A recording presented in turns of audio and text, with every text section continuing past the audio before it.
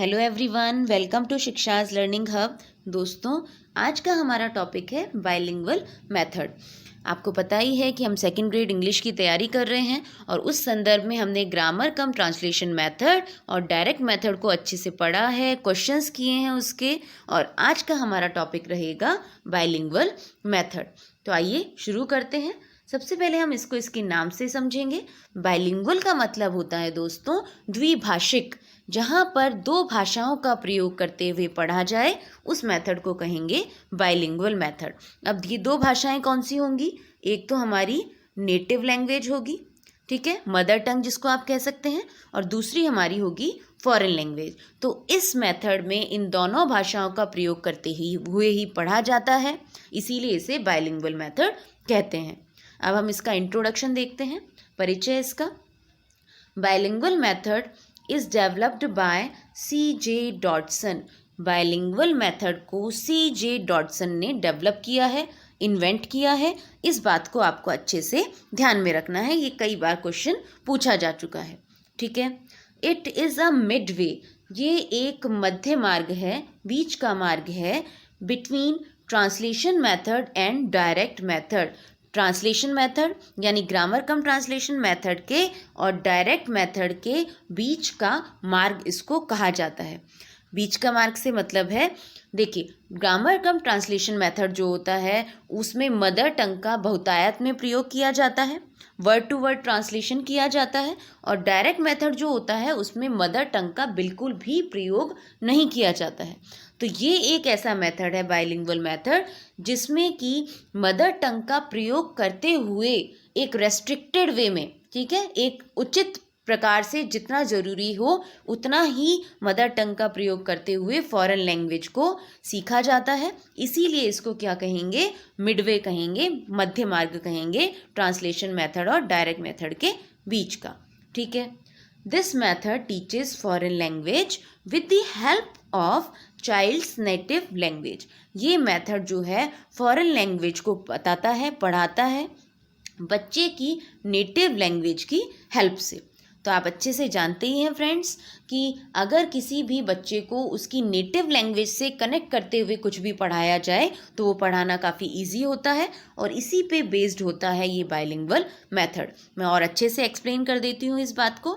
देखिए, जैसे किसी बच्चे को जितने भी शब्द उसकी मातृभाषा में पता हैं, नेटिव लैंग्वेज में पता हैं, उन्हीं के समानार्थी शब्द उसको इंग्लिश के बताए जाते हैं। यही तरीका होता है इस बाइलिंगुअल मेथड में। बच्चा एक शब्द जानता है सेब, ठीक है। अब सेब मीठा होता है, रेड कलर का फ्रूट होता है और इसको छील कर खाया जाता है, ठीक है।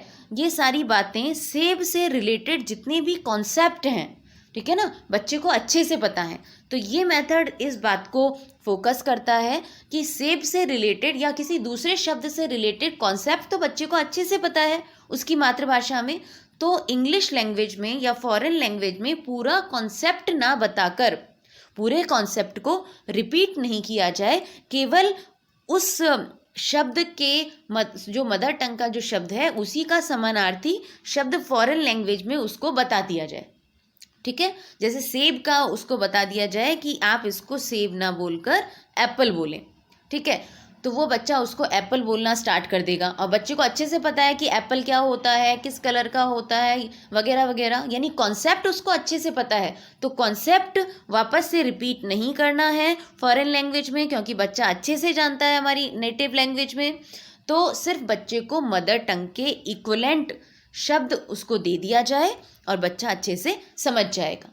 जैसे आप दूसरा भी एग्जाम्पल दे सकते हैं। बच्चा अच्छे से पता है कि बच्चे को मेज क्या होती है, कुर्सी क्या होती है, उनसे ये वुड की होती हैं, लकड़ी की बनी हुई होती हैं, इसको बैठने पढ़ने के प्रयोग में लिया जाता है। तो पूरा कॉन्सेप्ट पढ़ाना इस मेथड के हिसाब से उचित नहीं है। केवल आपको ये बता दिया जाए कि मेज को इंग्लिश में टेबल कहते हैं और कुर्सी को चेयर कहते हैं, बस इतना ही बच्चे के लिए काफ़ी होगा, ठीक है। तो ये मेथड इस कॉन्सेप्ट पे बेस्ड है, ठीक है फ्रेंड्स। आगे चलते हैं, कैरेक्टरिस्टिक्स देखते हैं इस मेथड की। Unit of teaching is sentence. इस मेथड में यूनिट ऑफ टीचिंग जो होता है वो होता है सेंटेंस यानी वाक्य। ध्यान में रखिएगा इस बात को। हमने इससे पहले ग्रामर क्रम ट्रांसलेशन मेथड में भी ये पढ़ा है कि यूनिट ऑफ टीचिंग सेंटेंस होता है, तो आप इसको विशेष ध्यान में रखिएगा। Justified use of mother tongue is done to understand the meaning of words and sentences. Justified यानी उचित, जितना कि आवश्यक हो मदर टंग का उतना ही प्रयोग किया जाता है इस मेथड में। टू अंडरस्टैंड यानी समझने के लिए, शब्दों के और वाक्यों के अर्थ को समझने के लिए। ठीक है, इंग्लिश में अगर किसी शब्द में बच्चे अटक रहे हैं, उनको समझ में नहीं आ रहा है, तो बता दिया जाए।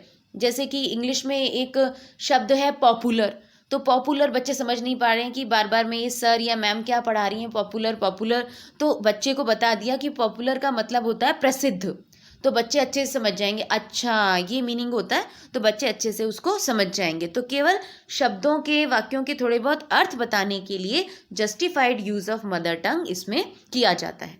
ठीक है friends, mother tongue is used only at initial stage. Mother tongue का प्रयोग केवल आरंभिक, इनिशियल यानी अर्ली, आरंभिक अवस्था में ही किया जाता है। ऐसा नहीं है कि बाद तक भी हम मदर टंग से ही पढ़ाते रहें बच्चे को फॉरेन लैंग्वेज, तब तो फिर उसको फॉरेन लैंग्वेज आएगी ही नहीं, फॉरेन लैंग्वेज को तो यूज़ में ले ही नहीं पाएगा। तो मदर टंग का यूज़ इसमें केवल स्टार्टिंग में ही किया जाता है, ध्यान रखिएगा। Word to word translation is not done by the teacher. अब ऐसा नहीं है कि मदर टंग का प्रयोग कर रहे हैं तो वर्ड टू वर्ड ट्रांसलेशन पे ही फोकस करेंगे, नहीं, वर्ड टू वर्ड ट्रांसलेशन इसमें नहीं किया जाता है। जैसे अभी मैंने आपको एग्जांपल दिया, बच्चों को सिर्फ सेब को इंग्लिश में एप्पल कहना बताया जाएगा। ऐसा नहीं कहा जाएगा कि उसको बताया जाए यह एक सेब है, तो उसको पूरा word to word translation this is an apple, नहीं, ऐसा उसको नहीं बताया जाता है। और आप अच्छे से याद होगा आपको फ्रेंड्स कि वर्ड टू वर्ड ट्रांसलेशन कौन से मेथड की कैरेक्टरिस्टिक्स है, ग्रामर कम ट्रांसलेशन मेथड की, तो ध्यान रखिएगा। N economical and time saving method for teachers. देखिए, आप इस बात को अच्छे से ध्यान रखिएगा, जिस भी मेथड में मदर टंग का प्रयोग होगा वो मेथड हमेशा इकोनॉमिकल होगा, यानी ज़्यादा खर्चा उसमें नहीं होगा, और टाइम सेविंग होगा टीचर्स के लिए, क्योंकि काफ़ी इजी हो जाता है नेटिव लैंग्वेज में बच्चों को बातें सिखाना। ठीक है फ्रेंड्स, आइए अब देखते हैं इसकी डिसएडवांटेजेस क्या हैं, इसकी कुछ कमियां क्या हैं इस मेथड की।